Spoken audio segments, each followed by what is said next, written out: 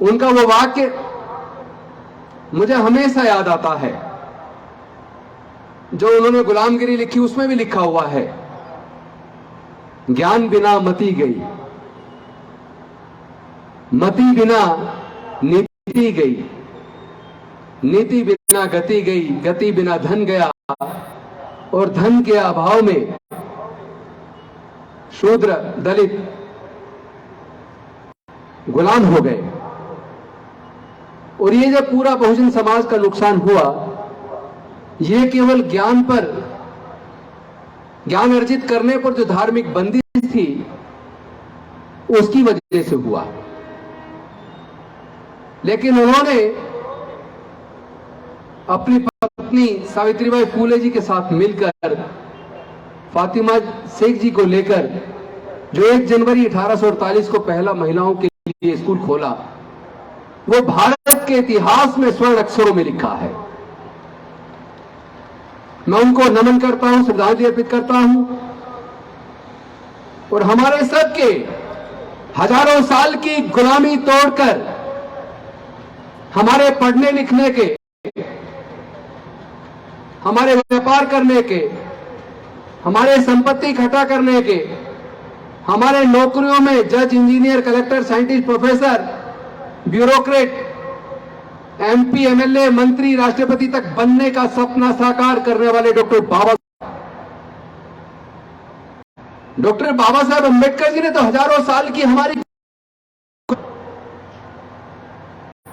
उन्होंने तो सैकड़ों हमारे समाज के लोगों को एमएलए बनाया, हर साल, हर 5 साल में। और अगर आजादी से अब तक बात करें तो हजारों एमएलए और हजारों सांसद, सैकड़ों मंत्री, कई मुख्यमंत्री, कई राष्ट्रपति, कई मुख्य न्यायाधीश, यानी जो कुछ हमें मिला वो अकेले डॉक्टर बाबा साहब अंबेडकर की कुर्बानी की वजह से मिला। कोई आसानी से हम लोग ऐसे ही एमएलए या मंत्री नहीं बने। नितिन राउत जी अगर एमएलए बने, मंत्री बने, या मैं अगर एमएलए और मंत्री बना, तो ये केवल हमारी अपनी मेहनत नहीं थी, हमारी अपनी काबिलियत नहीं थी। सोच के देखो, अगर डॉक्टर बाबा साहब अंबेडकर हमारी हजारों साल की गुलामी को तोड़कर हमारे लिए रिजर्वेशन की व्यवस्था ना करते, तो ना वो पीएचडी कर पाते, ना मैं एक वकील बन पाता, ना वो एमएलए बन पाते, ना मैं एमएलए बन पाता, मंत्री तो बहुत दूर की बात है। उन्होंने जो किया, इसलिए किया कि उन्होंने हमारे हजारों साल की गुलामी को तोड़कर हमारे समाज के आगे बढ़ने का रास्ता बनाया था। और ये उम्मीद की थी कि जो मैं रास्ता बना रहा हूं, उसके बनने के बाद जब हमारे लोग पढ़ लिख कर आगे आएंगे, वो वकील बनेंगे, डॉक्टर बनेंगे, इंजीनियर बनेंगे, जज बनेंगे, कलेक्टर बनेंगे, साइंटिस्ट बनेंगे, प्रोफेसर बनेंगे, एमपी बनेंगे, एमएलए बनेंगे, मंत्री बनेंगे, तो जब मैं अकेला हजारों साल की गुलामी को तोड़कर अपने समाज को यहां तक लेकर आया, तो ये लोग जब कुर्सियों पर बैठेंगे तो पूरे समाज को बहुत आगे लेकर जाएंगे। लेकिन उनके साथ धोखा हुआ। डॉक्टर बाबा साहब अंबेडकर के साथ हमारे पढ़े लिखे लोगों ने, हमारे नेताओं ने, हमारे सांसदों ने, मंत्रियों ने, हमारे एमएलए ने धोखा किया। वो उम्मीद करते थे कि जो लोग हमारे जीतकर संसद के अंदर जाएंगे, विधानसभाओं में जाएंगे, वो समाज के विकास के लिए अच्छी अच्छी योजना बनवाएंगे, वो समाज के ऊपर होने वाले जुल्म ज्यादती के खिलाफ आवाज बुलंद करेंगे, वो संसद और विधानसभाओं में समाज की आवाज बनेंगे, समाज की ताकत बनेंगे। लेकिन हमारे नेता समाज की ताकत बनने के बजाय अपने परिवार की ताकत बनने में ज्यादा उन्होंने इंटरेस्ट लिया, जिसकी वजह से आज ये हालत है कि जो डॉक्टर बाबा साहब अंबेडकर देकर गए थे, उसमें से 70% छीन चुका है। जो उन्होंने पढ़ने का रास्ता बनाया था, उसका नतीजा यह हुआ, मैंने पूरा सर्वे किया है, देश के सर्वोच्च न्यायालय में जितने जज हैं उच्च न्यायालयों में या अधीनस्थ न्यायालयों में जितने जज हैं, देश में जितने ब्यूरोक्रेट्स हैं, जितने इंजीनियर्स, डॉक्टर, साइंटिस्ट, प्रोफेसर हैं सीनियर लेवल के, वो 98% सरकारी स्कूलों से पढ़े हैं। फिर ऐसी क्या वजह हुई कि सरकारों ने धीरे धीरे सरकारी स्कूलों को कमजोर कर दिया और प्राइवेट स्कूल खोलते चले गए? सरकारी स्कूलों में टीचर्स की भर्ती बंद कर दी। जहां 100 टीचर चाहिए वहां 30-40 टीचर हैं। वहां से पढ़ के बच्चे कुछ बन नहीं सकते। फिर नो डिटेंशन पॉलिसी लागू कर दी। किसी भी बच्चे को फेल मत करो, पहली से 8वीं तक ऐसे ही पास कर दो। बच्चे का आधार कमजोर हो गया, उसको कुछ लिखना पढ़ना नहीं आया, उसे कुछ सिखाया नहीं, पहली से 8वीं तक ऐसे ही पास कर दिया नो डिटेंशन पॉलिसी बनाकर। और 9वीं में कानून बना दिया, 9वीं में एग्जाम होगा, जो बच्चा एग्जाम में फेल हो जाएगा उसे स्कूल से निकाल दो। इसका परिणाम यह हुआ कि हमारे बच्चे नो डिटेंशन पॉलिसी की वजह से उनका भविष्य बर्बाद हो गया। और उसके बाद जो प्राइवेट स्कूल खुले, लोगों को लगा सरकारी में पढ़ के बच्चे कामयाब नहीं हो पाएंगे, चाहे कितनी मुसीबत उठानी पड़े प्राइवेट स्कूल में पढ़ा लो। लेकिन प्राइवेट स्कूलों में जो मध्यम दर्जे के पब्लिक स्कूल हैं, मैं महंगे बड़े स्कूलों की बात नहीं कर रहा हूं, जो मध्यम दर्जे के पब्लिक स्कूल हैं, उसमें भी एक बच्चे की पढ़ाई का खर्चा, ट्यूशन का खर्चा, ट्रांसपोर्ट का खर्चा, सारे खर्चे अगर जोड़ लें तो एक बच्चों को पढ़ाने के लिए 7 से 8-10 हजार रुपया खर्च होता है।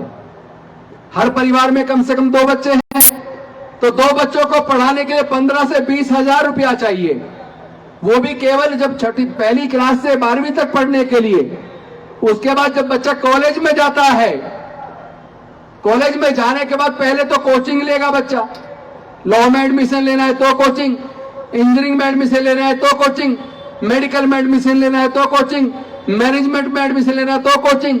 तो पहले तो लाखों रुपए कोचिंग पे खर्च करेगा। और उसके बाद अगर एग्जाम पास कर लेता है तो सरकारी इंजीनियरिंग कॉलेज में, सरकारी लॉ कॉलेज में, सरकारी मेडिकल कॉलेज में सरकारों ने इतनी फीस बढ़ा दी कि एक बच्चे को डिग्री कराने के लिए एक मां बाप को 12 से 15 लाख कम से कम चाहिए। और अगर आईआईएम की बात करें तो आईआईएम से एमबीए कराने के लिए 40 लाख रुपया से ज्यादा चाहिए। मैं आप सबसे पूछना चाहता हूं, ये जो सरकारी बड़े बड़े संस्थान बने हैं, चाहे आईआईटी हो, चाहे बाकी इंजीनियरिंग कॉलेज हो, मैनेजमेंट कॉलेज हो, लॉ कॉलेज हो, ये सरकार ने आपके टैक्स के पैसे से बनाए हैं। लेकिन फीस इतनी ज्यादा कर दी कि आप ही अपने बच्चों को वहां ना पढ़ा पाओ। यानी 15 लाख रुपया या उससे ज्यादा का खर्च करने वाले ऐसे लोगों की क्षमता, ऐसी क्षमता वाले लोग हमारे समाज के अंदर, अनुसूचित जाति जनजाति पिछड़े वर्ग के अंदर मेरे ख्याल से ज्यादा से ज्यादा 1% होंगे। 99% के बच्चों का भविष्य का क्या होगा? क्या डॉक्टर बाबा साहब अम्बेडकर जी ने ऐसे भारत बनाने का सपना देखा था क्या? क्या भारत के संविधान निर्माताओं ने, भारत के स्वतंत्रता सेनानियों ने क्या ऐसे भारत का सपना देखा था जहां आम आदमी अपने बच्चे को पढ़ाई का खर्च ही ना उठा पाए, आम आदमी अपने इलाज का खर्च ना उठा पाए? मैं पूछना चाहता हूं, क्या ये सरकारी स्कूलों को कमजोर करके प्राइवेट स्कूल ज्यादा से ज्यादा खुले, क्या ये डिमांड जनता ने की थी क्या? नो डिटेंशन पॉलिसी लाकर किसी भी बच्चे को पहली से 8वीं तक ऐसे ही पास कर दो, क्या ये डिमांड बच्चों के माँ बाप ने की थी क्या? बच्चों ने नहीं की, बच्चों के माँ बाप ने नहीं की, टीचर्स ने नहीं की। फिर ऐसी व्यवस्था सरकारों ने क्यों बनाई? एजुकेशन को इतना महंगा कर दिया कि लोग, आम लोग एजुकेशन ले ही ना पाए। ये इतनी महंगी एजुकेशन क्यों हुई? सरकारी संस्थान जहां रिजर्वेशन से हम लोग नौकरी में जाया करते थे, वो सारे सरकारी संस्थान पिछली इन सरकारों ने, जो आज सरकार सत्ता के अंदर, उन्होंने बेच दिए। और जो बिक गया हमारा रिजर्वेशन खत्म, यानी हमारे नौकरी के रास्ते भी इन्होंने बंद कर दिए। मैंने जब इस पर चिंतन किया कि ऐसा हुआ क्यों, क्या यह अचानक हुआ है, आखिर ऐसा हुआ क्यों, जब मैंने इस पर चिंतन किया तो मेरे चिंतन में मुझे यह बात समझ आई, उनको ये तकलीफ होने लगी जो हजारों साल तक उनके गुलाम थे, जो जुर्म के खिलाफ कभी आवाज नहीं उठाते थे, जो 15-15 घंटे काम करने के बाद काम के बदले में पैसे नहीं मांगते थे। आज वो पढ़ लिख कर अफसर बनने लगे हैं, engineer, doctor, collector, scientist, professor बनने लगे हैं, वकील बनने लगे हैं, जज बनने लगे हैं और जुर्म के खिलाफ आवाज उठाने लगे हैं। ये ताकत इनके पास कहां से आई? उन्हें समझ आया कि ये जो डॉक्टर बाबा साहब अंबेडकर जी ने इनके पढ़ने के रास्ते खोले, पढ़ने से इनको ज्ञान आ गया, अच्छे बुरे में अंतर करना आ गया, और ये जो नौकरी के रास्ते खोले, नौकरी से घरों में थोड़ा सा पैसा आने लगा, पैसे से आत्मविश्वास आया, इससे इस समाज के अंदर बोलने की ताकत आ गई। तो उन्होंने इस ताकत को खत्म करने का संकल्प किया, लेकिन उन्होंने सोचा डॉक्टर अंबेडकर सबको one man one vote one value, ये जो सबको वोट का अधिकार देकर गए, इस वोट के चलते इनके पढ़ने पे दोबारा से बंदिश लगाना संभव नहीं है। इनका रिजर्वेशन इस वोट की राजनीति के चलते खत्म करना संभव नहीं है। तो वो इतने सातिर हैं, चूंकि उसी सातिराना तरीके से षड्यंत्र के माध्यम से हजारों साल तक उन्होंने हमें पढ़ने लिखने से, व्यापार से, संपत्ति से दूर रखा। उन्होंने ऐसा षड्यंत्र किया कि इनके पढ़ने पे बंदिश भी मत लगाओ, लेकिन इतना एजुकेशन को महंगा कर दो और सरकारी स्कूली सिस्टम को इतना कमजोर कर दो जहां से पढ़ के ये केवल मजदूर बने, कामयाब ना हो पाए, और किसी तरह पढ़ भी जाए तो इनका रिजर्वेशन खत्म कर दो, सारे सरकारी संस्थानों को प्राइवेटाइज कर दो। ना इनको नौकरी मिलेगी, ना इनके घर में पैसा आएगा, ना बोलने की ताकत आएगी। इस तरह षड्यंत्र करके इन्होंने हमारे समाज को कमजोर करना शुरू किया। लेकिन यह सवाल यह पैदा होता है, यह सब जो हुआ उस वक्त हमारे सांसद कहां थे? जब बाबा साहब के दिए हुए अधिकारों को छीना जा रहा था तो हमारे पूरे देश के बहुजन समाज के सांसद और विधायक कहां थे? अगर हम लोग डॉक्टर बाबा साहब अंबेडकर के सच्चे अनुयायी होते, अगर हम डॉक्टर बाबा साहब अंबेडकर के सपनों को आगे बढ़ाने वाले होते, तो किसी कीमत पर इतने सारे हमारे सांसद और विधायकों के होते सरकार ऐसी योजना नहीं बना सकती थी, सरकार सरकारी संसाधनों को बेच नहीं सकती थी, सरकार हमारे रिजर्वेशन को खत्म नहीं कर सकती थी, सरकार महंगी करके हमारे बच्चों से शिक्षा नहीं छीन सकती थी।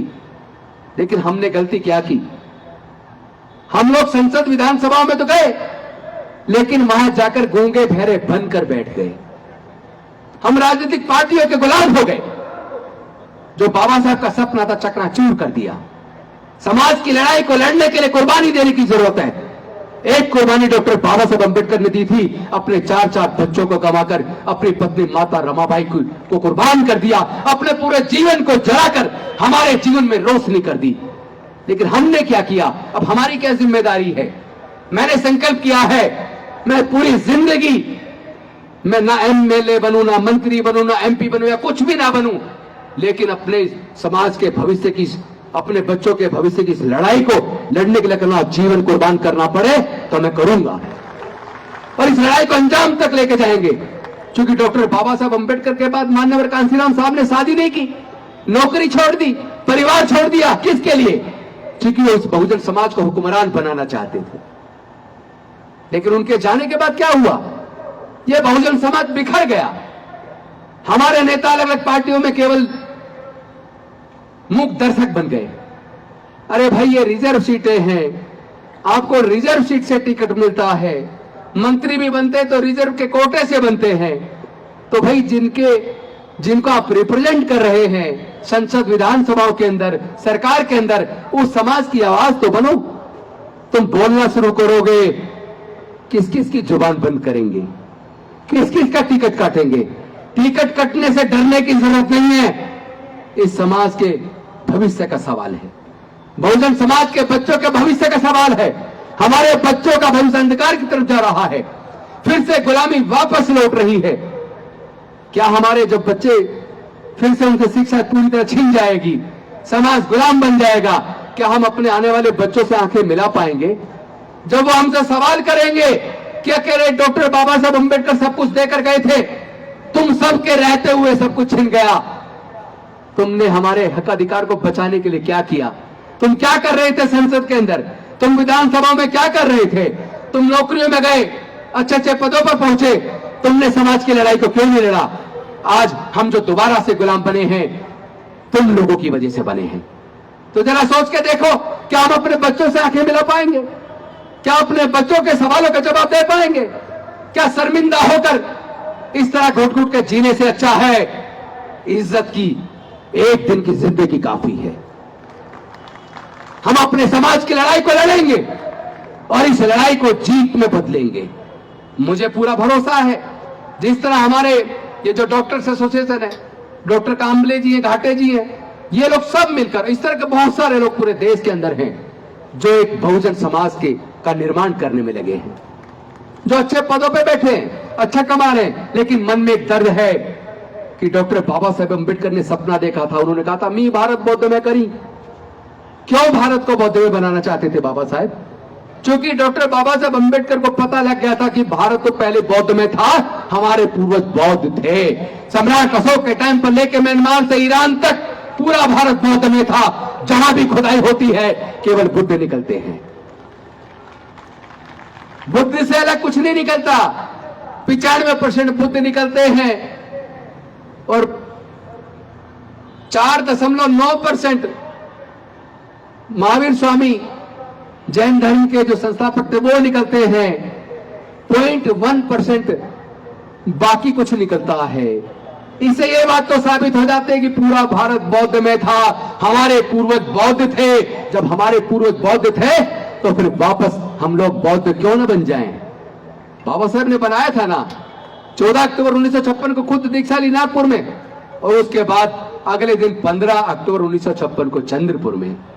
तो ये भी वो चंद्रपुर की वो पवित्र धरती है जहां डॉक्टर बाबा साहब अंबेडकर ने बताया था कि उन्होंने बौद्ध धर्म को क्यों स्वीकार किया और नागपुर को ही क्यों चुना। आज मैं आप सबसे कहना चाहता हूं, मेरा सिर्फ एक सपना है, जब तक मेरे शरीर में खून है, मेरे अंदर सांसें हैं, मेरा पूरा जीवन केवल और केवल डॉक्टर बाबा साहब अंबेडकर के सपने को साकार करने में जाएगा। फिर से हमें गुलामी स्वीकार नहीं है। हम अपने आने वाले बच्चों को गुलाम नहीं बनने देंगे। जो कुछ छीना है उसको भी वापस लेंगे। लेकिन बहुजन समाज के लोगों को यह समझना पड़ेगा कि हमारा सबका खून एक है। अनुसूचित जाति, जनजाति, पिछड़े वर्ग के लोगों का सबका खून एक है। जितने सिख समाज के लोग हैं वो भी सब मूल निवासी हमारे समाज के लोग हैं, बेशक बाद में धर्म परिवर्तन कर लिया। जितने मुस्लिम समाज के लोग हैं उसमें भी जब देखोगे आप तो 90% लोग बहुजन समाज के लोग हैं। ईसाई 99.9% हमारे समाज के लोग हैं। तो भाई आज हमें इस एग्जाम्पल को मैं देना चाहता हूं। अगर हम अपने घर से निकले, जाते जाते रास्ता भटक गए और उसके बाद हमारी याददाश्त चली गई, हम अपने घर वापस नहीं आ सकते। लेकिन अगर कल को याददाश्त वापस आ जाए, घर का रास्ता वापस याद आ जाए, तो मैं आप सबसे पूछना चाहता हूं, हम लोग वापस अपने घर जाएंगे कि नहीं जाएंगे? जाएंगे ना। तो पहले हमें नहीं पता था, लेकिन डॉक्टर बाबा साहब अंबेडकर हमें बता गए कि हमारे पूर्वज बौद्ध थे। हम इतनी दुनिया की सबसे रिच कल्चर के मालिक हैं। हमारी जो सांस्कृतिक विरासत दुनिया में सबसे तेजी से फलने फूलने वाली संस्कृति है बौद्ध संस्कृति, जिसके अंदर समता, स्वतंत्रता, बंधुता, न्याय, प्रज्ञा, सील, करुणा और मैत्री है। तो जब हमें पता लग गया कि हमारे पूर्वज बौद्ध थे, अब हमें याददाश्त हमारी वापस आ गई। अब तो वापस हमें अपने घर में अपने बुजुर्गों की सांस्कृतिक विरासत में, बुद्ध के दमे में जाना चाहिए कि नहीं जाना चाहिए? जाना चाहिए ना। तो पूरे भारत, केवल भारत ही नहीं, खुशी की बात है पूरी दुनिया बुद्ध के धम्म की ओर चल पड़ी है।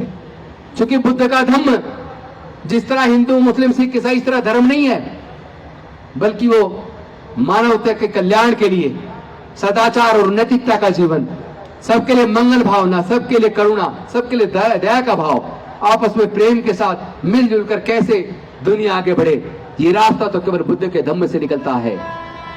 तो अंत में मैं एक बात कह के अपनी बात खत्म करूंगा कि साथियों, वो जीवन बिल्कुल बेकार है जो अपने समाज के काम ना आए।